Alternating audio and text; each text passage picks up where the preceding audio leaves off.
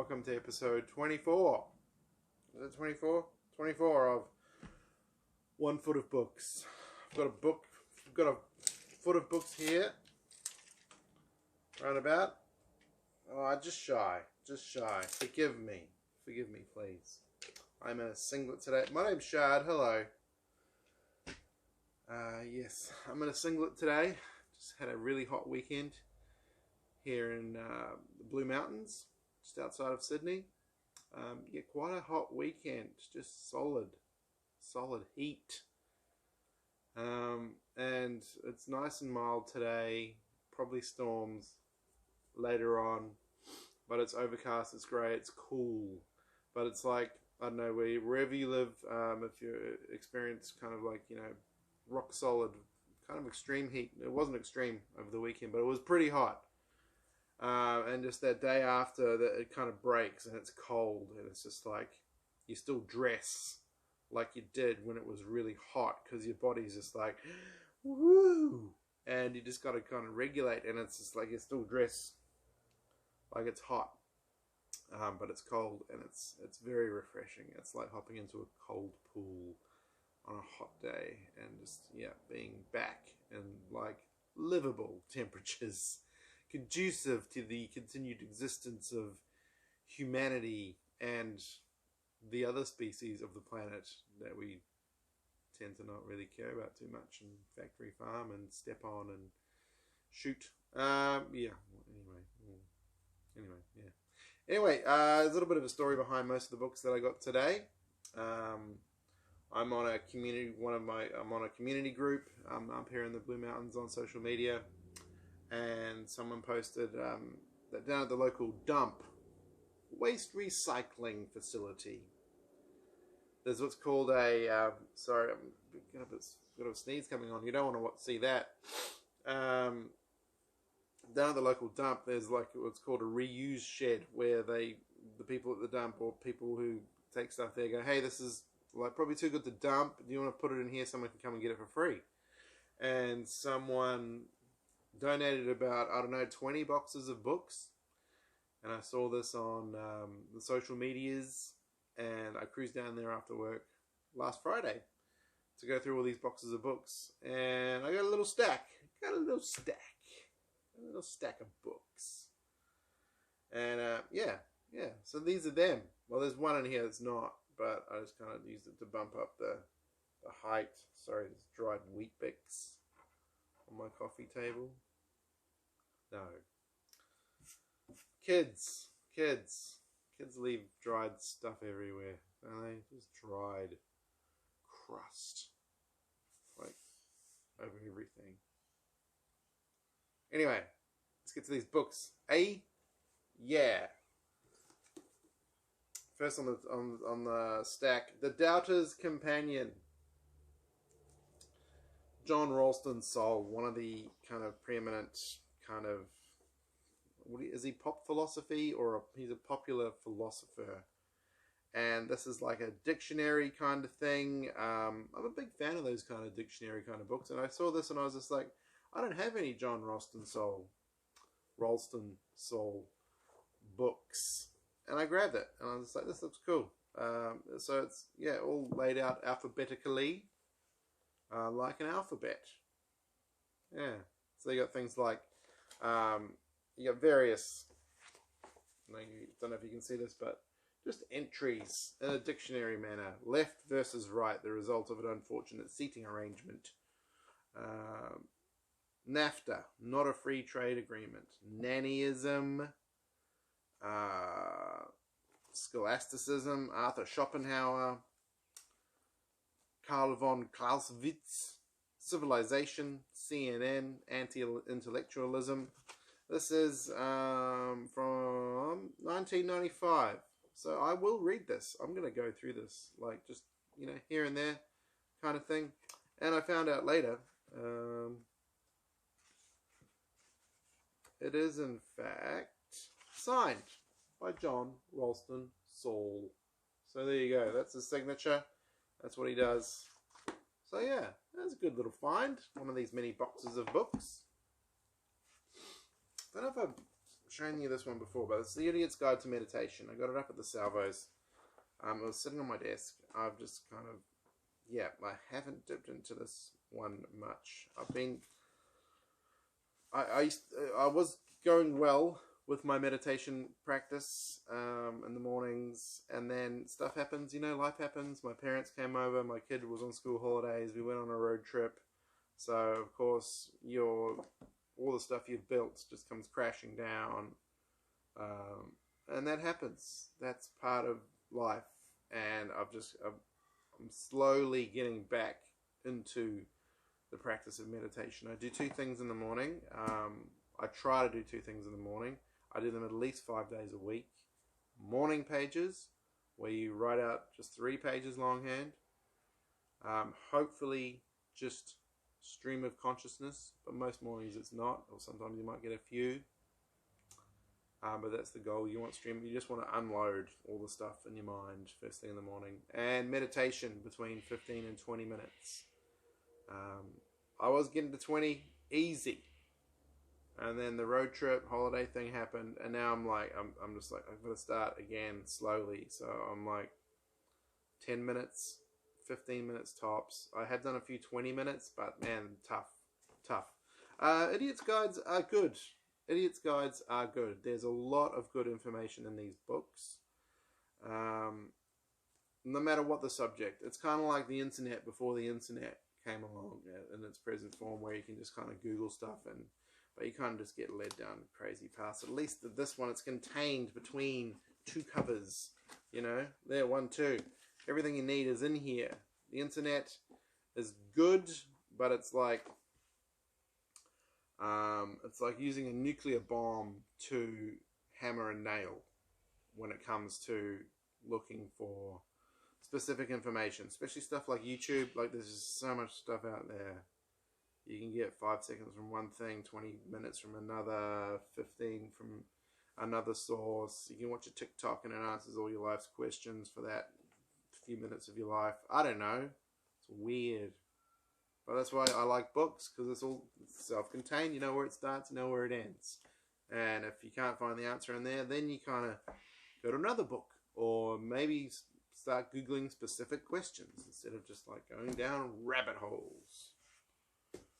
Got that at the Salvos, $3. Overpriced Salvos Springwood. We'll get to you. Salvation Army.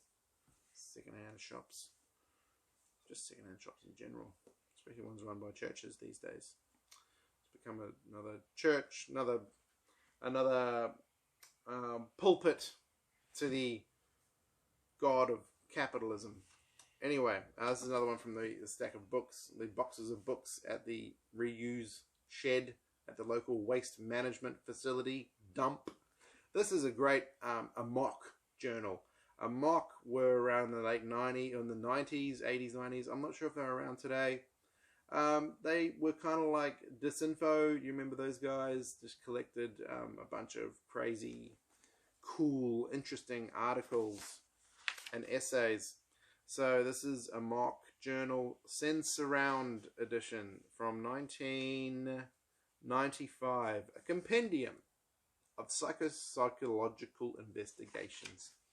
So it's got various essays on stuff, including autoerotic fatalities, cargo cults, which I find a fascinating subject for me. I love cargo cult stuff. It's amazing. It's amazing. Have you read any cargo cult? Like, I've read about cargo cults. Fascinating. Just boggles my mind. It's amazing. Self-mutilation / amputee fetishes. Infrasound. There's a massive collection of interviews with the band Laibach. If you haven't heard Laibach, check them out. They're pretty cool. And Psych Out, and there was a couple of essays from here I've already read late last week. Scrotum Self-Repair. Yeah. So it's based on medical records of a guy who kind of took care of his scrotum. And another one, The title of it just it tells you everything, and it's interesting, and it compels you to read the essay. Wants you to get more information. Rectal impaction following enema with concrete mix. Yeah, you'll remember that all week. Good book, good collection of essays. Amok Journal from '95. I don't even know if Amok is still around. I've got another one of their books, like a big version kind of thing. And yeah, edited by Stuart Swizzy. Only one E, not Sweezy. Another one from the collection. This is an interesting one. I was drawn to it by the writer Nevill Drury. Nevill Drury was an Australian writer. He died a little while ago. He did a lot of cool stuff on, like, he was kind of like the Australian version of, I won't say Graham Hancock, but like he explored like Carlos Castaneda, alternate spirituality, alternate spiritual movements, occult stuff, Aleister Crowley. Yeah, interesting guy. I've got a few of his books. This one's called Fire and Shadow, Spirituality in Contemporary Australian Art. I was like, yeah, I'll grab that, man. I don't think I even really like flipped through. I did flip through it a bit because there's quite a big, awesome looking chapter on Aboriginal artists and the spirituality behind Aboriginal art. Which is amazing. If you guys are from overseas and you haven't seen any Australian Aboriginal art,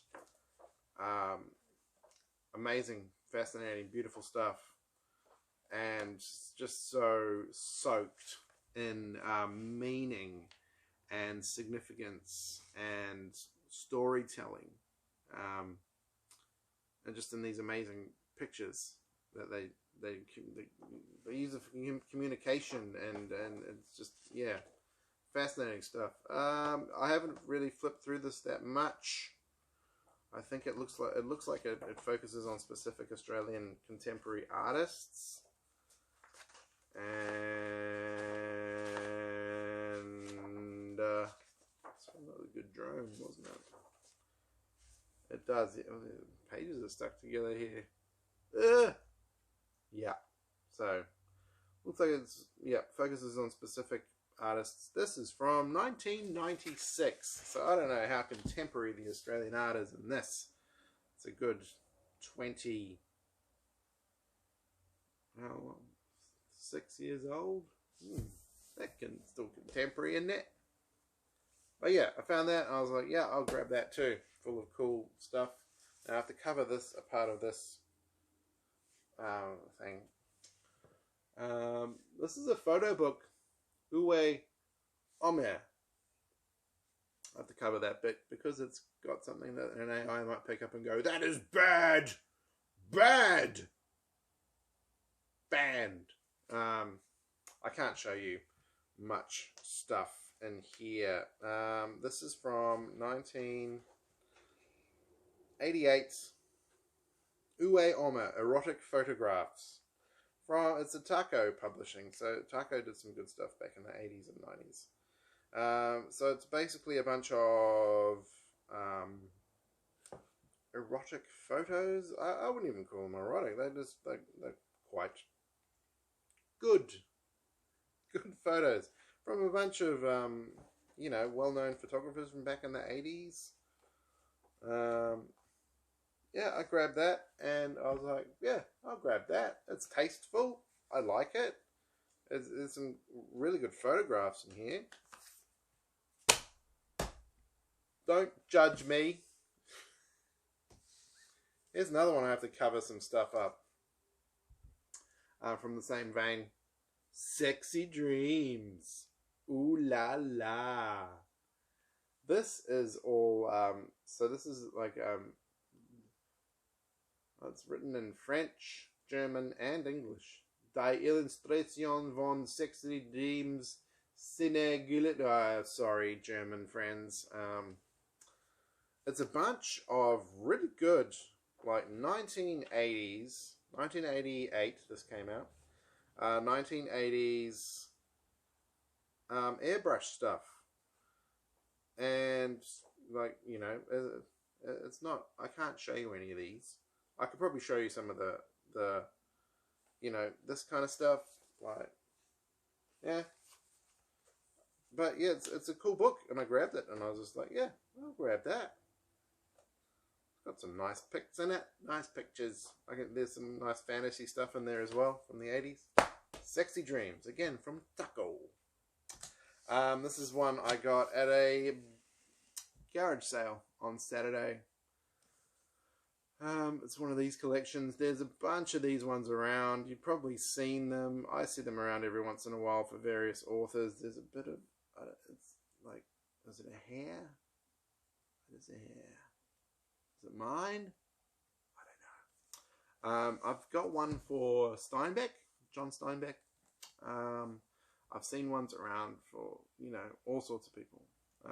And there's a lot of these around, but you'll find them in secondhand shops and stuff like that. And they're good collections. They're nice and big. You can grab hold of them. You can read them, because they're designed to be read. Ernest Hemingway. It's got For Who the Bell Tolls, a book I couldn't get through. The Snows of Kilimanjaro, which is probably my favourite Hemingway book. Collection of short stories. Fiesta. I haven't read Fiesta. I haven't read The Short Happy Life of Francis McComber. And I haven't read Across the River and Into the Trees. But The Old Man and the Sea, I read that at school. I'll have to read it again. So that's a good book too. But yeah, this is a really good collection. I got it for $1 because garage sales are the bomb. And people just want to get rid of their stuff, and you can get it cheap. So this one came out in 1977. Willem Heinmann Limited publishers. Yeah. So this kind of collection from the 70s, you've seen them around, I'm sure. But yeah, these are good. And I got $1. I can't argue with that, apart from all the other free stuff I got.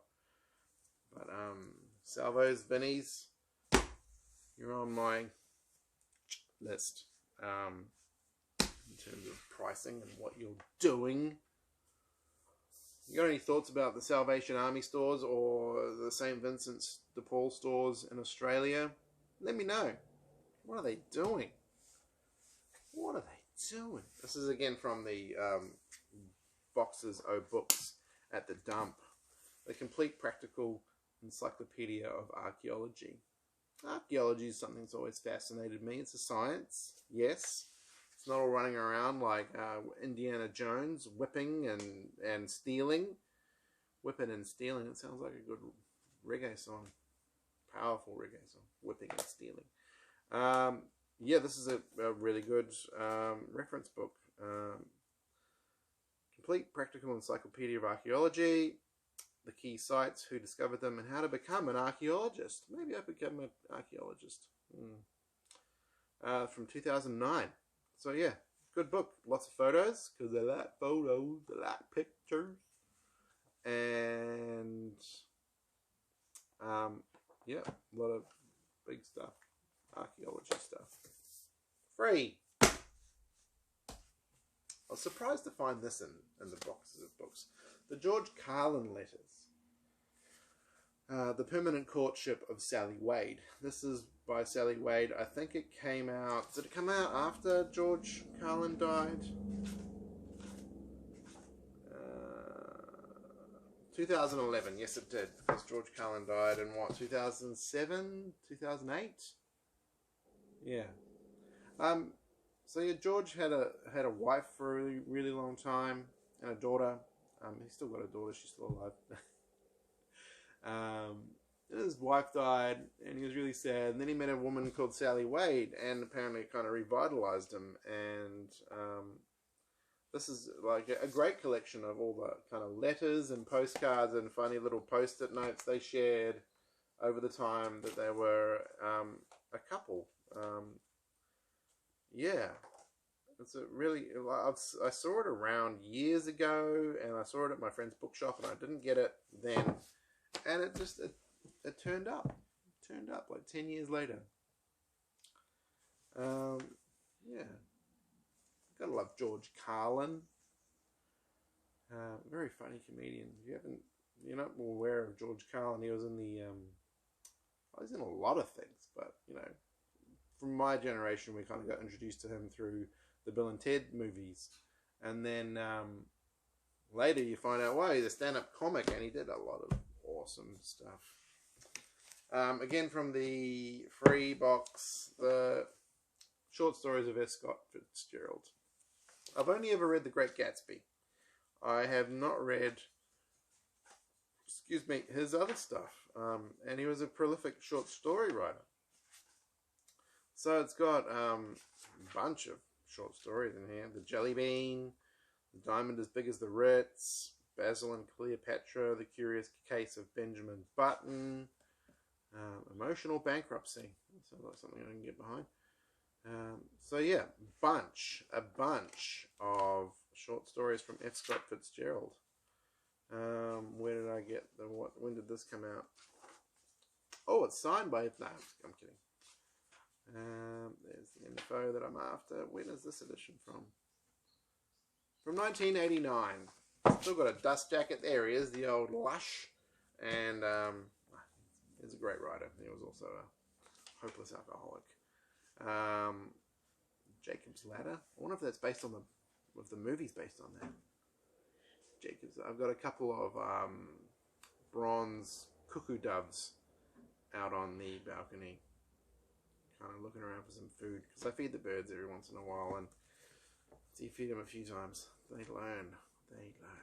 So yeah, F. Scott Fitzgerald, complete short stories. Well, not complete short stories, a new collection. There you go.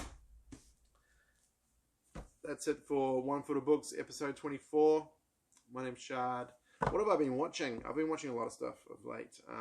If you've got Disney Plus, or Hulu, if you're somewhere else in the world apart from Australia, A Murder at the End of the World. Brit Marling. I'm a huge Brit Marling fan, and I was quite surprised when that popped up, and I was like, ooh, Brit Marling. Brit Marling. She wrote and directed a few episodes. I wrote it with her writing partner, Zal Batmanigli. I'm saying that wrong. I'm sorry, Zal. Yeah, 2 episodes are up so far, probably the 3rd now. Good show. Good murder mystery, kind of very modern kind of twist on things. I quite like it. Check that out. And last night I watched The Big Lebowski just because I was like really tired. And I was like, I'm going to watch The Big Lebowski. It's such a good movie. I've seen that more times than I have fingers. And yeah, it still stands up. I love that film. I love that fucking film. So many swears. Yeah, alright, cool. Episode 24. One Foot of Books. Maybe I'll do a review on Murder at the End of the World. And I'll start looking into my editing game and get some footage and chop it up the way that film crickets do on YouTube. Yeah, alright. Have a great week, everybody. I'll see you next time on One Foot of Books.